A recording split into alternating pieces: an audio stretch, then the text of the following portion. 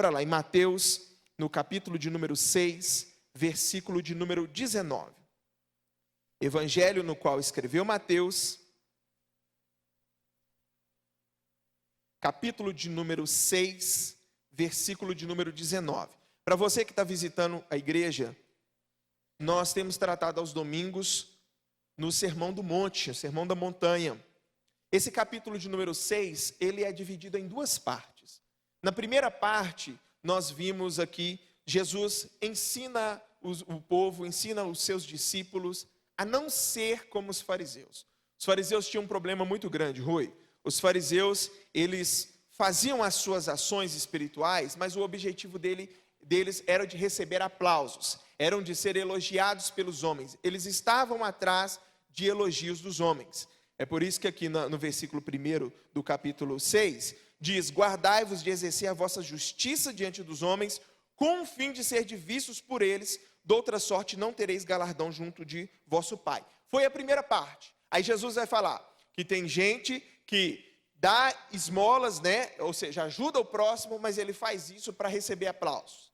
Tem gente que ora, mas o objetivo é de ser visto e receber aplausos. Tem gente que jejua, que foi a nossa pregação de domingo passado. Tem gente que jejua, inclusive essa semana nós aplicamos um jejum na terça-feira, que Deus abençoe a vida daqueles que realizaram esse jejum. Mas tem pessoas que jejuam e o objetivo delas é de ser visto pelos homens. Toda vez que eu quero o aplauso dos homens, eu já recebi a minha recompensa. Se eu faço as coisas para ser visto, eu já recebi a minha recompensa. A segunda parte do capítulo 6 vai tratar de um outro problema, que é o que nós vamos ver aqui. Vamos dividir essa pregação em duas, do 19 ao 24, e no domingo, sem ser o de Natal agora, do 25 ao 34. E nós vamos ver, irmãos, que acumular, viver uma vida em busca de bens materiais, é uma tristeza para nós. Vamos para o texto e observar o que Jesus vai falar conosco. Diz assim a palavra do Senhor, Mateus 6,19. Não acumuleis para vós outros tesouros sobre a terra, onde a traça e a ferrugem corroem, e onde ladrões escavam e roubam. Mas ajuntai para vós outros tesouros no céu, onde traça nem ferrugem corrói, e onde ladrões não escavam nem roubam. Porque onde está o teu tesouro, aí estará também o teu coração. São os olhos a lâmpada do corpo. Se os teus olhos forem bons, todo o teu corpo será luminoso. Se, porém, os teus olhos forem maus, todo o teu corpo estará em trevas. Portanto, caso a luz que em ti há sejam trevas, que grandes trevas serão. Ninguém pode servir a dois senhores, porque ou há de aborrecer-se de um e amar ao outro, ou se devotará a um e desprezará ao outro. Não podeis servir a Deus e às riquezas. Deus querido, nós nos colocamos diante da tua presença, depois da leitura dessa palavra, esperamos a aplicação do Senhor ao nosso coração. Em nome de Jesus, fale, Senhor, no íntimo do nosso ser, nós assim te suplicamos. Que a tua palavra seja clara e, em nome de Jesus, penetrante em nossos corações, que venha provocar em nós o desejo de mudarmos, de sermos transformados. Eu oro, aquele que tem poder de transformar o coração do homem, é no nome de Jesus que eu oro. Amém e amém. Irmãos, há uma história que eu me lembro bem de ter ouvido ela a primeira vez. Eu era pré-adolescente, e depois eu ouvi essa ilustração em outras pregações, e toda vez ela falava comigo, e eu gostaria de compartilhar com os irmãos. A história conta sobre a vida de uma mulher muito pobre, uma mulher que tinha um filho, e uma mulher muito pobre que precisava sempre entrar dentro de uma floresta para tentar pegar alimentos que caíam, porque ela por ela mesma não tinha condições de obter esse dinheiro. E numa dessas, entrando para dentro da floresta, essa mulher colocou a filha no chão, o filho no chão, e o filho andando esbarrou numa pedra, de repente abriu-se dentro de uma grande pedra, abriu-se uma porta, era uma caverna. Aquela mulher, eu entro, eu não entro, eu entro, entrou para dentro daquela caverna, e entrando ali bem devagar, no fundo daquela caverna, Edivaldo, tinha um grande tesouro, grande tesouro, pedras preciosas, ouro, prata, colares, muitas e muitas coisas. O olho daquela mulher brilhou e na hora ela falou, é o que vai resolver a minha vida, eu vou ter como dar uma condição melhor para o meu filho, e vai ser uma, nossa, e ela começa a pegar as coisas, na hora que ela toca ali, na primeira moeda, uma voz surge de dentro da caverna, pegue o que você quiser, você tem 10 minutos, só não esqueça o principal. E a mulher, 10 minutos, ela pega sua roupa, e como para servir de sacola, e taca a joia, e leva para fora, joga para fora lá da caverna, essas joias, volta para dentro, 5 minutos, e a porta se fechará para sempre. Não se esqueça do principal. E ela traz e pega aqui, e outras coisas, e o dinheiro ali que ela já tinha pegado, já dava para o neto, bisneto, trineto, para ajudar a família toda. Falta 1 minuto para poder fechar a porta. E ela ali, naquele instante, ela acha, irmãos, um diamante imenso. E ela pega aquele diamante e sai com ele todo feliz. Só o diamante resolvia 10 gerações daquela mulher. E ela sai toda feliz e de repente a porta da caverna se fecha. E aquela mulher já agora olhando para aquele dinheiro e seus olhos brilhando. E ela sabia que ela estava rica. Até que ela deu falta do filho, que havia ficado dentro da caverna, que não se abriria nunca mais. E ela percebe que o principal não eram as finanças, mas o principal ela havia deixado para trás. Irmãos, essa ilustração ela é importante para nós. Essa história ela ilustra bem o que Jesus está tratando aqui diante dos nossos olhos, aqui em Mateus, no capítulo de número 6. Ele está corrigindo, irmãos, um senso comum que havia naquela época provocado pelos fariseus. Na primeira parte nós vimos, Jesus trata a respeito dos hipócritas. Eles querem chamar atenção, estão atrás de aplausos. Nós vimos isso. Já do 19 até o verso 34, até o final do capítulo 6 de Mateus, o tema, a temática de Jesus, a correção de Jesus, já é outro lado. Ainda é uma correção. Ainda é uma mostra de que escribas e fariseus eram homens terríveis, mas dessa vez, irmãos, o assunto é cobiça, o assunto é materialismo, é amor às riquezas. Jesus ele vai corrigir o seu povo, irmãos, quanto a uma visão errada que eles tinham, de que vida espiritual é uma coisa e vida material é outra. Mentira, Jesus diz, não há essa divisão. Eu quero que você preste atenção, porque a maneira como você enxerga o dinheiro, a maneira como você enxerga as riquezas, vai dizer muito da sua espiritualidade, da sua vida espiritual.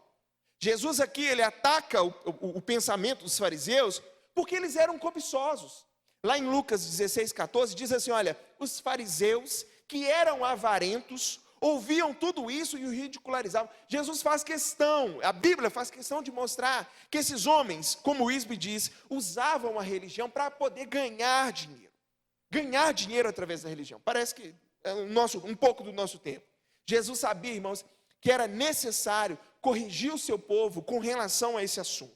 Aliás, se tem uma coisa que a Bíblia fala mais, Anderson, a Bíblia fala mais sobre dinheiro do que a Bíblia fala sobre vida espiritual. Você acredita nisso? Pois a Bíblia fala mais sobre dinheiro do que sobre a vida, uma vida de piedade realmente. Nosso Senhor aqui, irmãos, Ele vai dar no texto, vai dar aqui no texto lido dessa noite, 3 exemplos para Ele ilustrar o quão terrível é a vida daqueles que vivem em busca de bens materiais de maneira afobada, de maneira exagerada.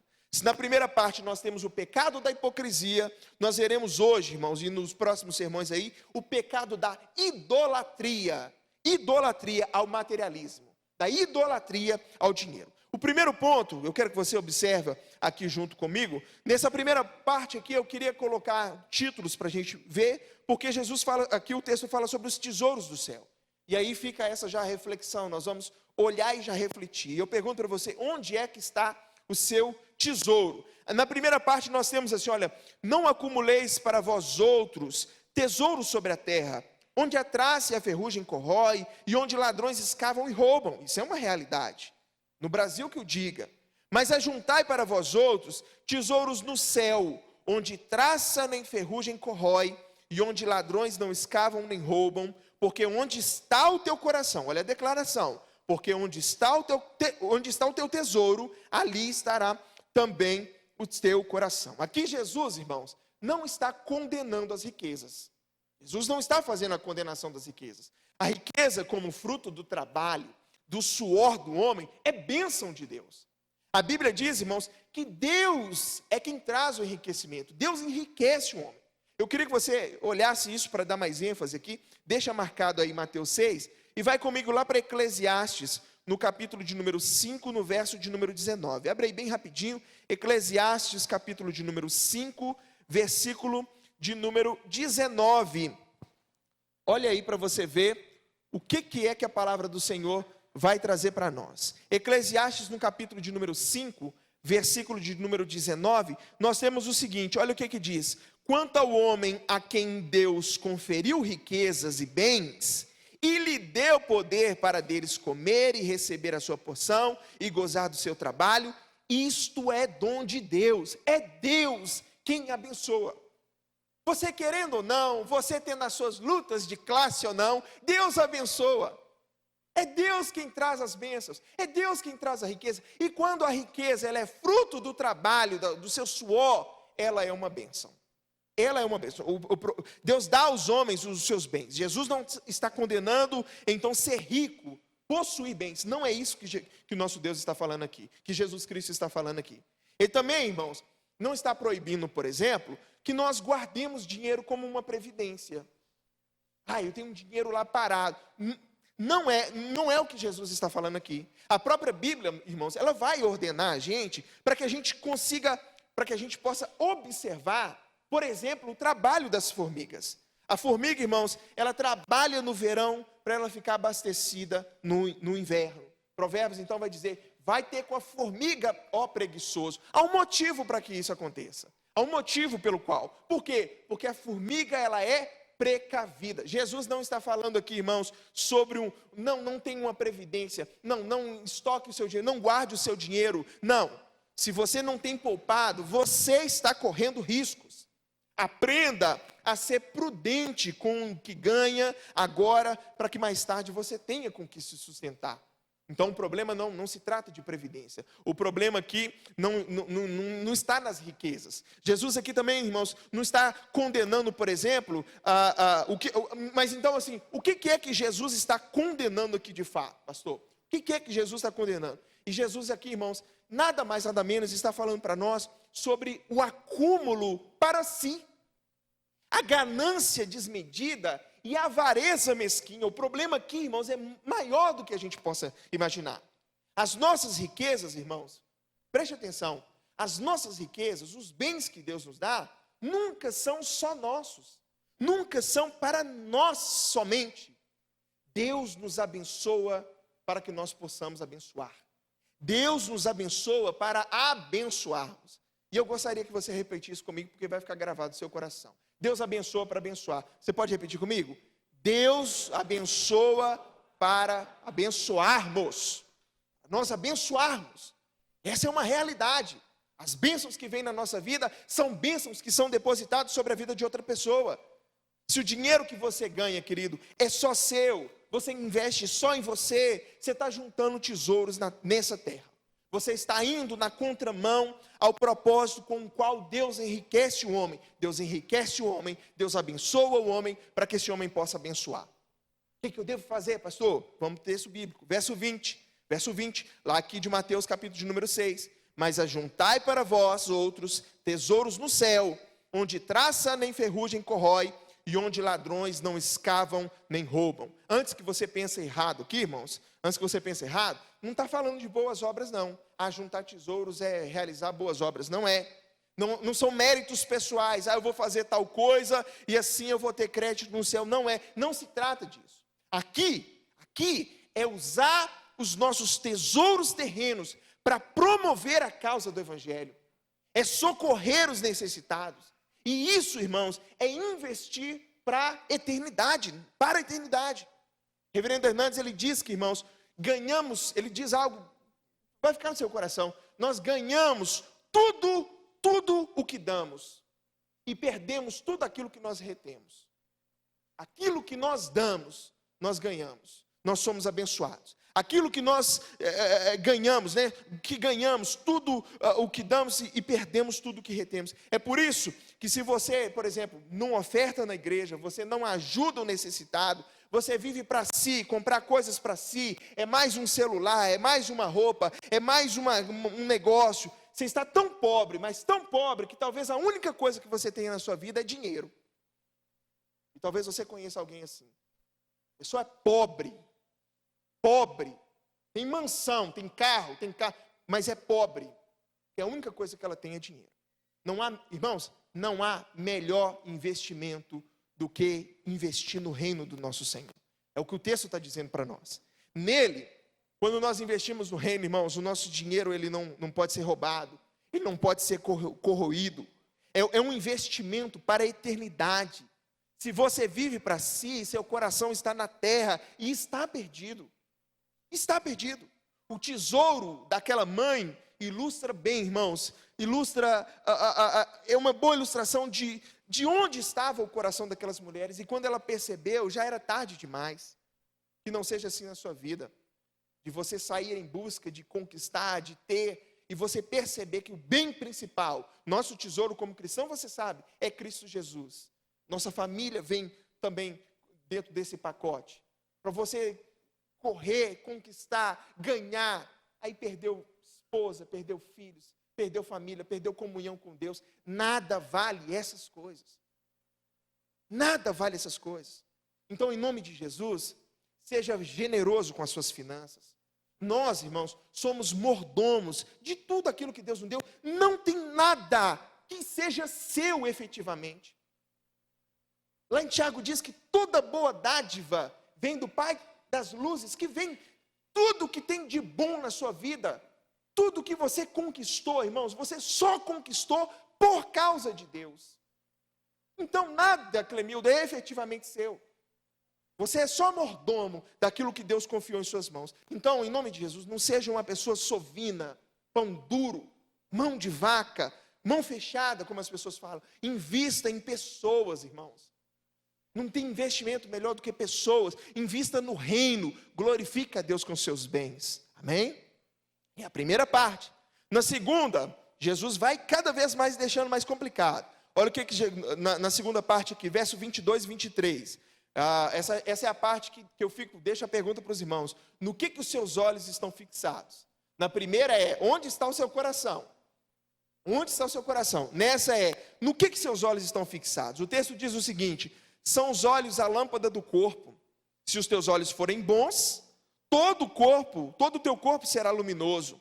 Se, porém, os teus olhos forem maus, todo o teu corpo estará em trevas.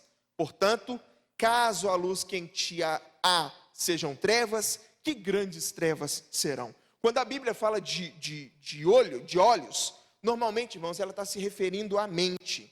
Aquilo que nós fixamos os nossos olhos, irmãos, vai dominar os nossos pensamentos. Eu vou te dar uma ilustração. Estou olhando agora para esses bancos. Para esses bancos. Tá? Aí eu começo a me perguntar, de onde é que será que vem essa madeira, hein? Onde é que se vem? De qual tipo de árvore ela foi feita? Como é que foi o processo para ela poder chegar até aqui? Eu olho para as cadeiras, aí a minha mente já começa a vaguear. Será que elas são de árvores, desse desmatamento que está tendo por aí? Será que são? Eu começo. É só uma ilustração para poder mostrar para nós, irmãos, que aquilo que eu fixo nos meus olhos, ou seja, aquilo que a minha mente se volta, me faz refletir e muitas das vezes domina os meus pensamentos. Um outro exemplo é quando você é homem, quando você é mulher, contempla o corpo de uma outra pessoa. Nós somos capazes de loucuras quando nós fazemos isso. Você despe a pessoa na sua mente. Aquilo que nós fixamos os nossos olhos domina os nossos pensamentos, domina as nossas mentes. Os olhos, queridos, os olhos são a entrada da alma, a lâmpada do corpo, aquilo que ilumina ou enche de trevas o nosso coração. E aí vem a pergunta para nós, Midian. O que você tem colocado diante dos seus olhos? O que você tem colocado? Não é à toa, irmãos, que o salmista, ele ora ao Senhor, lá no Salmo 119, 37, ele diz o seguinte: desvia os meus olhos, Senhor, das coisas inúteis, Faz-me viver nos caminhos que traçaste. Desvia os meus olhos, Senhor, das coisas que são inúteis. Os teus olhos têm focado, querido, em coisas que são inúteis. Os olhos são importantíssimos. É por meio deles que nós veremos o nosso Senhor vir nas nuvens. Todo o olho verá, é o que o texto diz. E é pelos olhos espirituais, irmãos, que nós vemos esse dia. O apóstolo Paulo, ele vai falar a respeito disso, lá em Efésios. Abra aí, por favor, Efésios, capítulo de número 1, versículo de número 18. Olha o que o texto vai dizer para nós, irmãos. Efésios 1, 18. Iluminados os olhos do vosso coração, para saberdes qual é a esperança do seu chamamento, qual a riqueza da glória da sua herança nos santos. Ele pede a Deus para que ilumine os olhos, iluminar os olhos dos seus corações, ou seja, para que eles vejam com um olhar espiritual, para que eles estejam focados com as suas mentes em coisas que realmente edificam. O que o texto está falando? Se o que você contempla for bom, todo o seu corpo será luminoso. Se a sua mente foca em coisas que glorificam a Deus, então as suas ações serão santas. Mas se você, querido, estiver olhando para algo pecaminoso, olha o que o texto diz, é uma expressão. Irmãos, tem um ponto de exclamação aqui. A gente precisa ler a Bíblia conforme a gente aprendeu na escola. Aprender a ler a palavra do Senhor observando. E olha só o que o texto diz. Se você está olhando para algo pecaminoso, que grandes trevas serão. Se o que domina a sua mente são coisas pecaminosas, que você foca os seus olhos, então, irmãos, essa escuridão controlará a sua vida e você vai viver para satisfazer essa escuridão que está dentro do seu coração. Se tudo que você põe, preste atenção, se tudo que você põe diante dos seus olhos é amor às riquezas, você acha que o seu corpo será como? Se você enche a sua mente com palestra de coaching, onde o único objetivo da vida é ser rico, é conseguir o primeiro milhão, é viver a vida do sonho, você acha que as suas ações serão voltadas para o quê? Se tudo que você nutre, se tudo que você coloca diante dos seus olhos é amor ao dinheiro. Você vai conquistar bens, você vai querer conquistar esses bens a qualquer preço. Ali com a mente dominada, ouvindo esse pessoal falar que o objetivo da vida é a gente ser rico. E muitas vezes o cristão cai nessa daí. Cai nessa cilada de achar que esse é o objetivo da nossa vida. E aí o que a pessoa faz? Aí chega um momento que a pessoa sacrifica a família, sacrifica a saúde, amigos, relacionamento com Deus, para conseguir obter aquilo que domina a mente dessa pessoa. Aquilo que domina. Se essas coisas dominam a sua mente, querido, será que você conseguirá, por exemplo, suportar quando tudo for mal? No momento em que a empresa quebrar, quando não tiver mais emprego, quando a despensa estiver vazia, se tudo que domina a sua mente é, eu preciso ser rico, eu preciso me enriquecer, você não vai conseguir suportar. Não se esqueça disso. O que você põe diante dos seus olhos, dominará os seus pensamentos. O que domina os seus pensamentos, domina as suas ações. É por isso que o cara que ama o dinheiro, irmãos, ele está disposto a fazer loucuras para tê-lo. Que diante dos nossos olhos, em nome de Jesus, e sejam somente coisas que edificam o nosso Senhor. Que nossas mentes sejam alimentadas, querido, com coisas que realmente iluminam, e não com coisas que possam, em nome de Jesus, que possam, por exemplo, tirar de nós o foco que é Cristo Jesus. Eu pergunto, e essa reflexão, eu não posso nem responder por você, é uma reflexão aí que você vai fazer. O que é que você tem tanto colocado diante dos seus olhos assim? Tanto diante dos seus olhos. O terceiro e último ponto de Mateus, aqui no capítulo de número 6, dessa vez nós temos aqui por fim, pelo menos nesse sermão, Jesus mostra que o amor ao dinheiro, querido, é mais do que nós podemos imaginar. No verso de número 24, Jesus diz assim: ninguém pode servir a dois senhores, porque ou há de aborrecer-se de um e amar ao outro, ou se devotará a um e desprezará o outro. Não podeis servir a Deus e às riquezas. Em outras traduções diz, não podeis servir a Deus e a Mamon. Dá um nome para isso. Não podeis servir a Deus e a Mamon. Jesus está aqui dizendo, irmãos, que o dinheiro, ele não é neutro. O dinheiro, ele não é neutro. As riquezas, irmãos, elas são uma entidade e não uma coisa, um objeto. É por isso que Jesus chama as riquezas de mamon. A palavra mamon, a transliteração de mamon do hebraico é no que se confia. O que é mamon? No que se confia. E isso explica muita coisa para nós. O homem que ama o dinheiro, irmãos, o homem ama o dinheiro porque confia nele. Confia nele. Confia que ele, por exemplo, será o seu sustento. Confia que ele o livrará de encrencas. Confia que ele será suficiente na hora da doença. Quem possui riquezas e vive para isso, irmãos, não precisa confiar em Deus. Não é à toa que Jesus o chama, irmãos, de Senhor. Jesus nunca chamou a Satanás de Senhor. Jesus nunca chamou, irmãos, a César de Senhor. Mas ao dinheiro ele chamou. Você acha que isso é à toa, Marina? Você acha que isso é em vão? As riquezas, irmãos, são mais, o amor às riquezas são mais do que nós podemos imaginar. É uma entidade. É sério, pastor? O senhor não está exagerando, não? Você sabe que não. Você sabe que não. O dinheiro, irmãos, domina a mente das pessoas. Das pessoas. Olha para você ver quando um pai morre. Quando um pai morre, por exemplo, uma família às vezes que era unida, muitas das vezes se despedaça por causa do dinheiro. É briga por herança. E eu tenho certeza que você conhece alguma história assim. Veja, por exemplo, irmãos, quão terrível é no mundo da política, o quão sujo esses homens são. E são descarados, irmãos, ao ponto de um homem colocar dinheiro nas suas cuecas. Ao ponto de um homem, irmãos, desviar um dinheiro que iria para a merenda de crianças necessitadas, de escolas, irmãos, para suas próprias contas. Olha o que o amor ao dinheiro faz. E isso é importante a gente frisar. O problema não são as riquezas. O problema não é o dinheiro. Só fazendo uma correção, como o Pedro falou aqui, que às vezes a gente fala desse jeito mesmo. Dinheiro é a raiz de todos os males. O texto diz que o amor ao dinheiro é a raiz de todos os males. Dinheiro é uma bênção quando você sabe investir. Mas olha o que o dinheiro pode fazer. Irmãos, Mamon, ele é cruel, ele é carrasco. Mamon escraviza os seus súditos.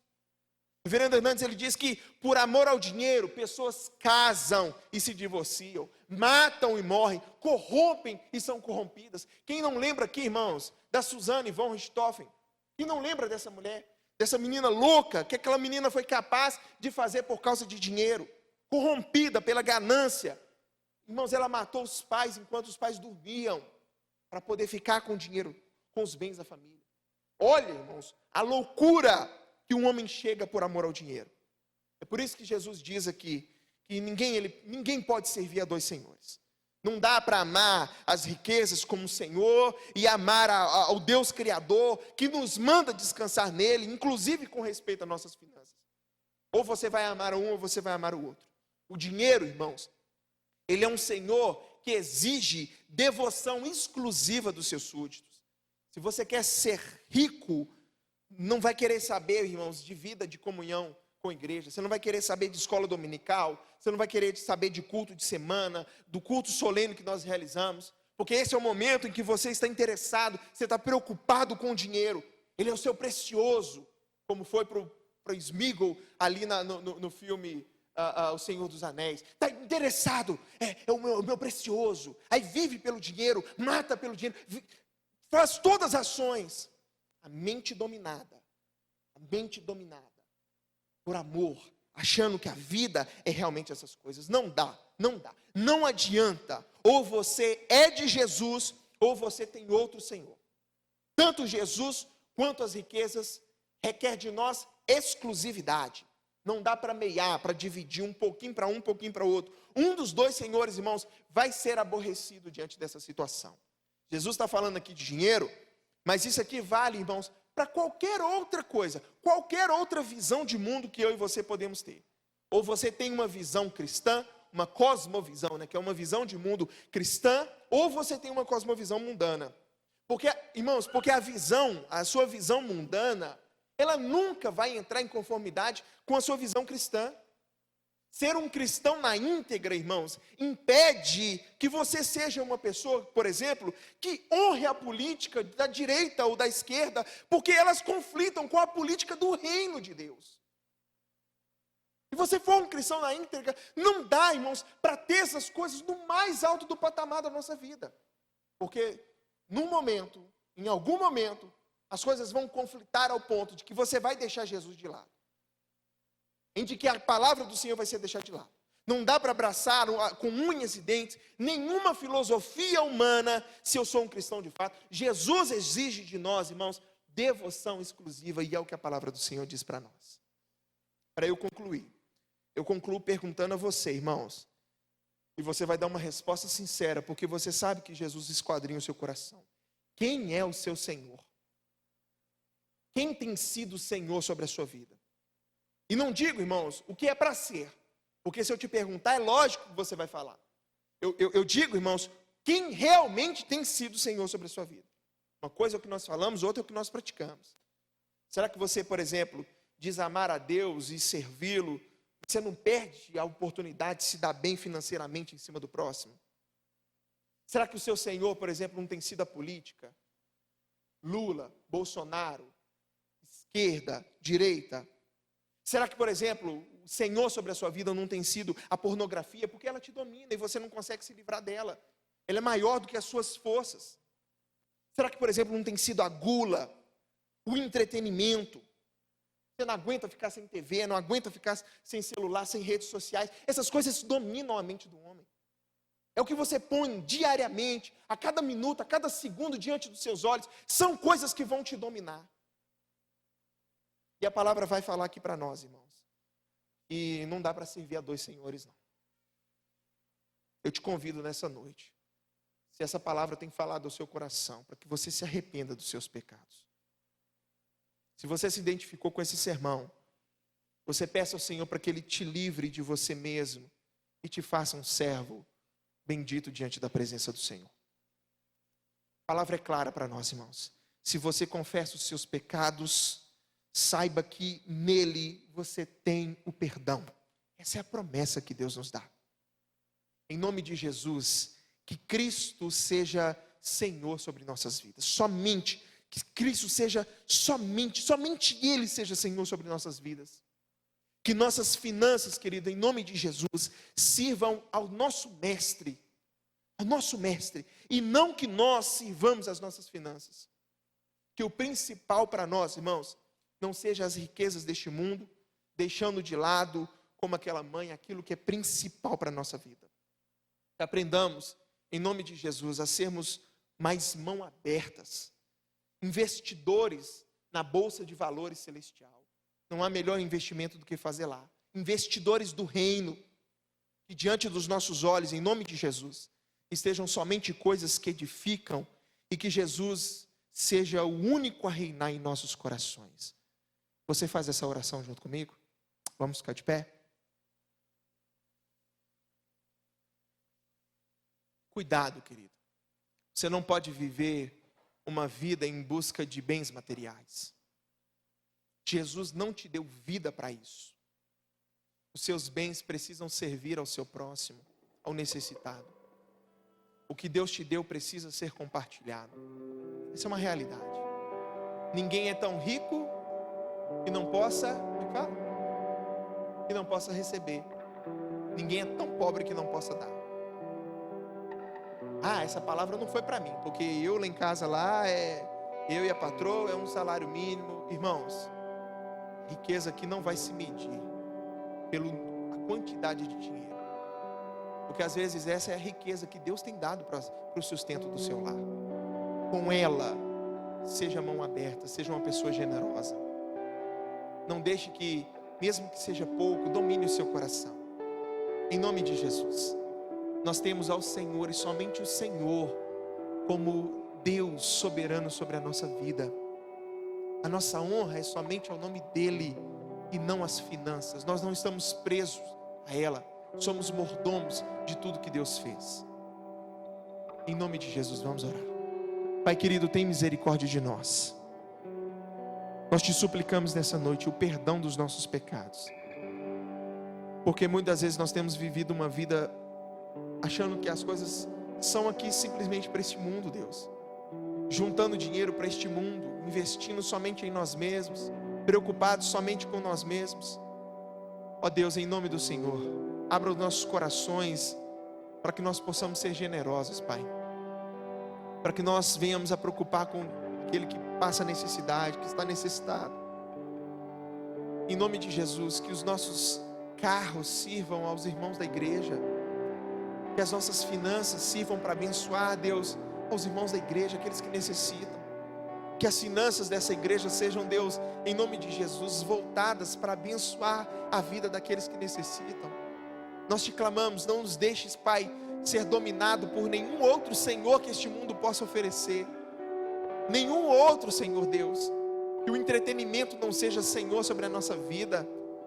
Que a gula não seja Senhor sobre a nossa vida. Em nome de Jesus, nós te pedimos, Pai, não deixe que a pornografia acabe com a vida desse irmão, dessa irmã. Em nome de Jesus, Senhor, não permita que a política seja Deus sobre corações.